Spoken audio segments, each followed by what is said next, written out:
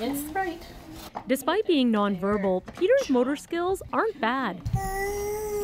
Peter's been diagnosed with autism spectrum disorder, but if he'd been born decades ago, researchers say he might not have been. These sentences and statements scare me. A Canadian-led review analyzed the results of nearly a dozen previous studies published between 1966 and 2019. To diagnose autism, psychological and neurological tests still examine differences in traits like social and motor skills, intellectual development, and facial expressions. But the review found, now that it has broadened into a spectrum, the diagnosis includes more people. 30 years ago, you needed to have a very strong difference at the social level, at the level of facial expression, and so on. Now it just has to be slightly diminished. Researchers say that's making it harder to find treatments for those on the severe end of the autism spectrum. They also worry that not everyone on that spectrum belongs there, but parents need a diagnosis to unlock treatment.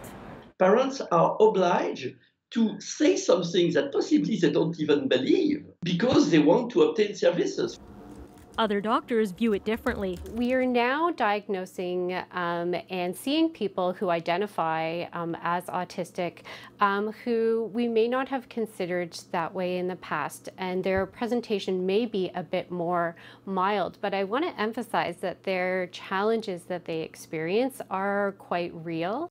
For Peter's mom, it all boils down to this. If you need glasses, you should be able to get them. It doesn't matter what intensity your prescription is, but you need the right prescription.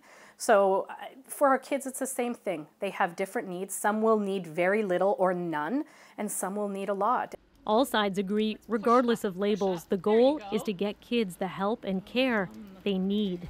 Christine Birak, CBC News, Toronto. Well, let's bring Dr. Danielle Martin, a family physician at Women's College Hospital in Toronto, and of course a regular contributor to our health panel. And Dr. Martin, when a family comes to you wondering if their child is on the autism spectrum, what are the things that you consider?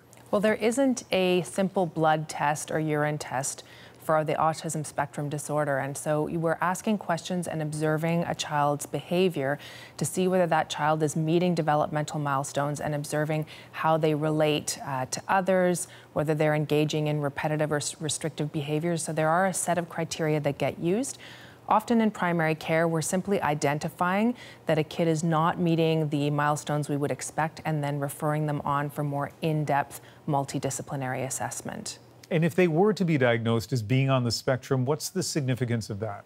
Well, you know, one of the most important things that the significance of it is that that unlocks resources to help that child and that family.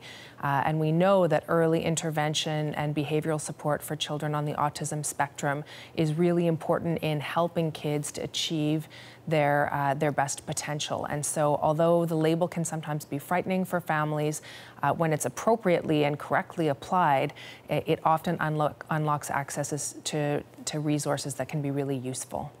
And what about concerns that autism might be overdiagnosed? Well, this is what happens when you change the definition of a disorder. So we used to say that there was autism and Asperger's and these different kind of watertight compartments, and now there's recognition that autism is a spectrum, and we've enlarged that definition. And so we're necessarily now going to pick up more folks in that more enlarged definition. I think we have to watch issues around social stigma and around over-labeling variants of normal human behavior a lot.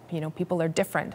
But certainly when you see a kid who's struggling developmentally and not hitting basic milestones or meeting their language milestones, I think it's really important that we intervene as quickly as possible. And so part of the spectrum issue is trying to make sure that we pick up those kids with milder symptoms earlier so we can help them. Dr. Martin, always nice hearing from you. Thanks. Thanks.